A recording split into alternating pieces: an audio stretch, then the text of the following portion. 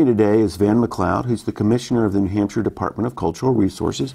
Van, thanks so much for being here. Oh, my pleasure. You know, I think a lot of people who are listening, watching right now are saying, the Department of Cultural Resources, I didn't know we had a Department of Cultural Resources. And, you know, there's a lot on your website, but I want to give you a chance to sort of tell the story of the breadth of things that y'all do. Well, actually, it's interesting that the department was created by John Sununu, and he brought the Division of Historical Resources, the State Arts Council, and the State Library together, and figured that if we were going to have these essentially different activities going on in the state, they ought to be brought together and have a commissioner that has that kind of authority and reports directly to the governor and appointed by the governor. It has changed quite dramatically. It used to be the Department of Cultural Affairs, and then we changed it to Cultural Resources, because we look at it as we are a resource for not only the cultural community, but for the citizens of New Hampshire. And whether it's the arts, historical resources, or the state library, we are in every community as a part of the state. So, funding, I guess. Let me just sort of talk about that and your role there. I guess that's the other piece I want to get in. How long have you been the commissioner? Way too long. I'm actually the longest serving commissioner in the state. I'm an old theater and film producer who got asked to do this by Judd Gregg. So I've seen 6 different governors. I'm now 21 years. This September will be 22 years. And what's the evolution of what you've seen in terms of how the government has looked at this area over the last 22 years? That's an interesting question, because it's how the government looks at it, which you asked, as opposed to what's going on in communities. Mm-hmm. And we try to focus on what's going on in communities and how do we support those communities. So your mission has always been on how we support the communities. But there's got to be background noise in one administration versus the other. Oh, absolutely. And, you know, part of my job is to interact with the legislature, obviously budget issues, but other issues as well, and with other commissioners. And actually, I was one of the ones that helped found the commissioners group, which gets together. So now commissioners in the state are actually talking to each other and working with each other for the people we work for, which are the citizens. It certainly has gone through all kinds of shifts and changes. Sort of when I first came home to New Hampshire, and I'm a native here in Warner, New Hampshire, born in Concord, but lived in Warner at that time. When I came back, I started the Kearsarge Theater Company in Warner. Mm-hmm. And my first thing was I went to the State Arts to the tourism office and said, "I'm here, let's work with each other." And they said, "Oh no, you don't belong here, you belong over there with those arts folks." So a lot of my work has been done with cultural and heritage tourism. And that is something that is going very strongly now, because in fact, New Hampshire's cultural industry is in fact a part of the visitor industry as well. It's one of the major reasons why people come here to New Hampshire, or one of the major things they do when they are here. We are also involved with, with business. So we work a lot with DRED and the economic development folks, because, especially as you look at not only arts, but libraries, a lot of local libraries have places where citizens go into, and businesses are started there. And we've seen a growth in libraries. In Portsmouth, for example, there are rooms that are dedicated where people can actually get together and have meetings that start businesses. In our Historical Resources Division, there are tax credits. So if somebody is renovating a building in Newmarket, the mill that was renovated there got a substantial amount of money through tax credits because they took care of the historic infrastructure. And those are the things that I think are important from the government side, is how do we interact with other departments in state government? How do we interact with the governors in the legislature? But, legislatures, I don't mean to be flippant with it, and governors come and go. So our job is to make sure that the stories that we tell are consistently not only telling the truth, but are positive, so legislators can see what's happening at the grassroots, which is where it's really at here in New Hampshire. And I guess what I'm hearing, a lot of what you're doing really is being a resource for small community groups to do their job better.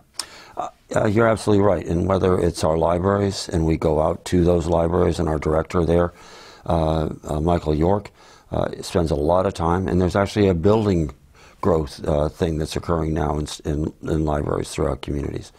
I do a cultural and heritage tourism roundtable, the next one on April 1st, no joke. We're doing that in Peterborough, partnering with local organizations there, and people come from all over the state. And it's a roundtable conversation.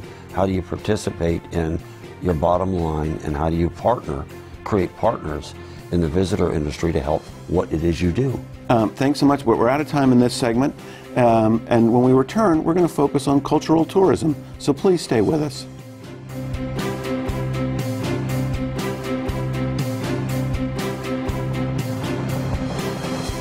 Joining me is Commissioner Van McLeod. He is the Commissioner of the Department of Cultural Resources in New Hampshire. And I want to talk about tourism. And people would say, what are you talking about? Cultural resources, tourism. Yeah, those are two different things. But, you know, from when I look at talk to you about what you're doing and look at what you're doing, you really are saying that's an important part of what New Hampshire can offer. Absolutely. I mean, it's obvious that, you know, a major reason people come to New Hampshire is to relax. And they like to sit by a lake or by the ocean or climb the mountains. But they also love the authenticity that is New Hampshire. And whether it's our country fairs, whether it's our downtowns, whether it's our small villages, the cultural side of that rings true in all of that. So the historic side of New Hampshire is crucial. I mean, the very first event in the American Revolution was here in New Hampshire, not in Lexington, Massachusetts, but Fort William and Mary in Newcastle. I mean, it's important if you take a look at what is here, what has come out of here. New Hampshire is the place where artists went, and whether it's the White Mountain School of Art, or whether it's the McDowell Colony, or the Cornish Art Colony, or the Dublin Art Colony. I mean, the McDowell Colony is the granddaddy of all colonies. Artists have always come here to retreat so they can work on their work. Now, you take that to an audience, and I mean, we have the oldest summer stock theater in the United States here in New Hampshire. Where is that? It's in Tamworth, the Barnstormers. We have like the second oldest as well, which is the Peterborough Players. And the only reason they're the second oldest is they took a break during the World War II. But it's always been a tradition where people have come to. So there are a substantial number of summer concerts. There are certainly summer theaters. There are art galleries. There are downtowns that people like to walk through, whether it's Portsmouth or Haverhill, or obviously our covered bridges. And if you take a broader context of culture, it does bring in that sense of community as well. Our Grange halls, our town halls, these are all a part of how we define ourselves in community.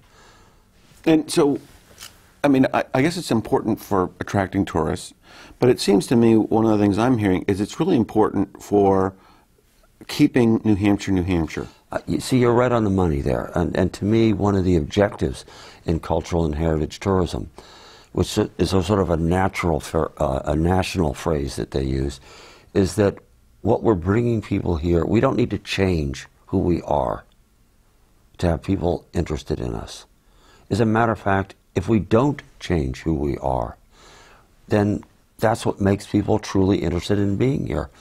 You know, across the country, we are becoming what everybody else looks like. You know, you fly into a town and you go by one strip mall after another.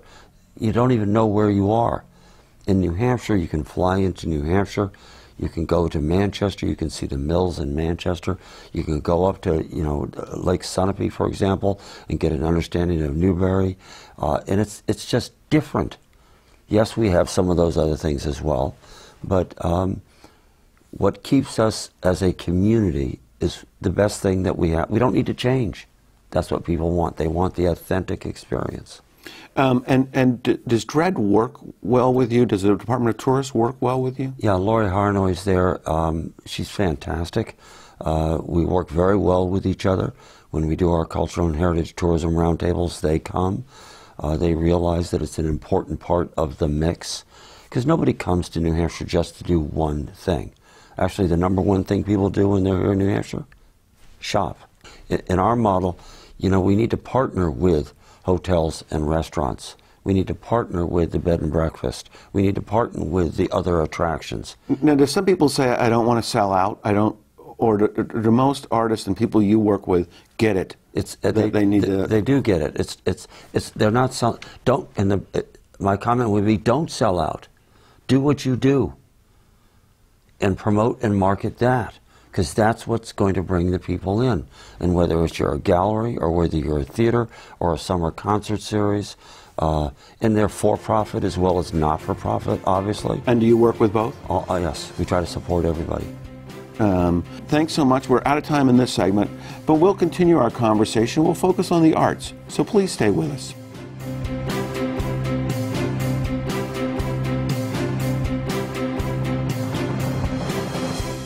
Joining me is Commissioner Van McLeod. He is the Commissioner of the New Hampshire Department of Cultural Resources. And Van, long title, and really important thing, but part of the area you deal with is sort of the arts. And when I kind of think about the arts, I see it as dynamic, not static. And if we're in art history class, we might talk about that. But I want to put it in the context of how the arts is communicating with our citizens. And, you know, it's not just in museums, and it's not in galleries. What are you seeing out there? Well, there are a couple different elements. Obviously, with this State Council in the Arts, which is supported by the National Endowment for the Arts, it is a grant-making process, and there are grants that occur that we do. But also, I think the newest things that are coming out is an understanding of arts and education. Now, as you know, right across the state and across the country, people are looking at the STEM process. Right. Science, technology, engineering, and math. Exactly. And what we're suggesting is you put an A in there, STEAM. And the A is a little difficult in some ways unless you understand what it really is creativity. Because mathematicians, scientists, engineers, they all who will say that without creativity, this doesn't work. So we need to have that component in our schools as well. Our newest artist laureate, for example, is Rodney Miller, who's a fiddler, but he's an engineer. He went to UNH and got his degree in engineering.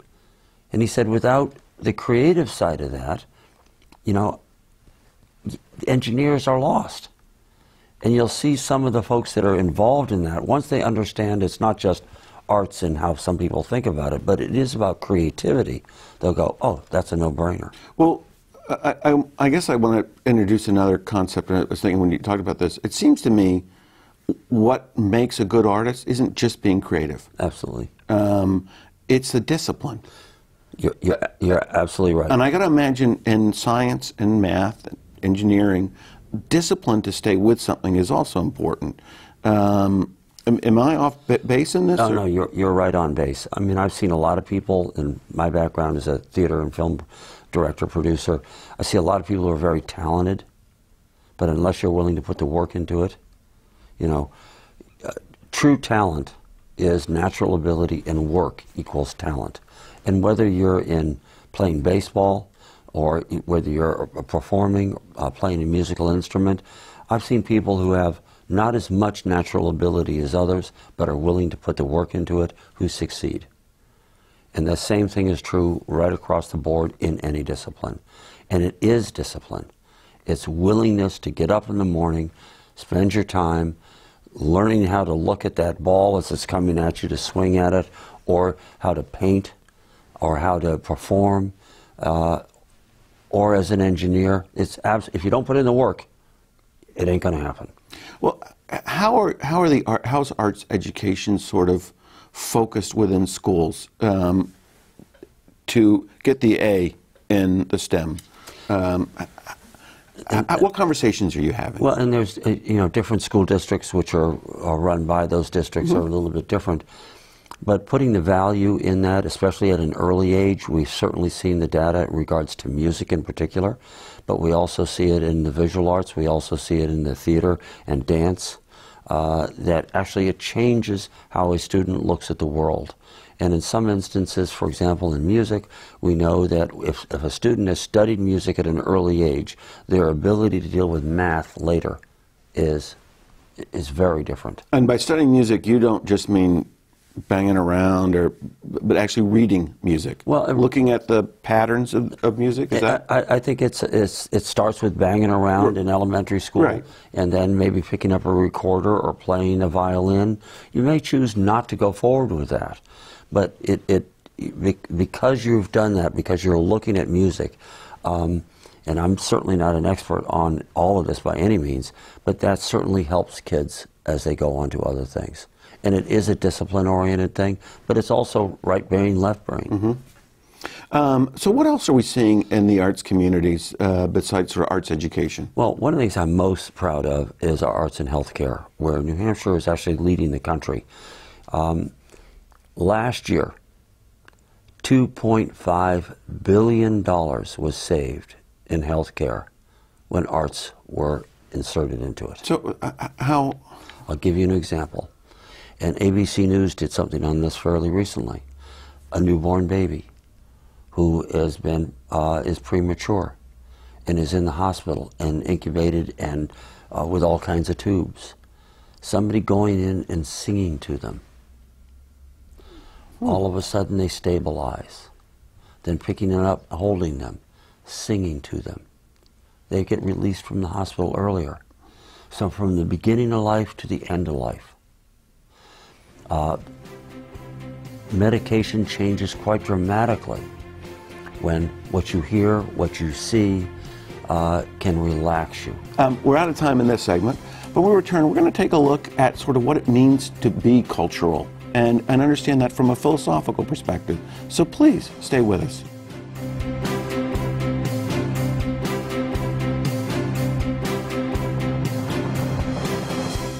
Joining me is Van McLeod, who's the Commissioner of the New Hampshire Department of Cultural Resources. And Van, I guess rather than get into sort of the details of what you do and all of that, I want to step back and sort of philosophically.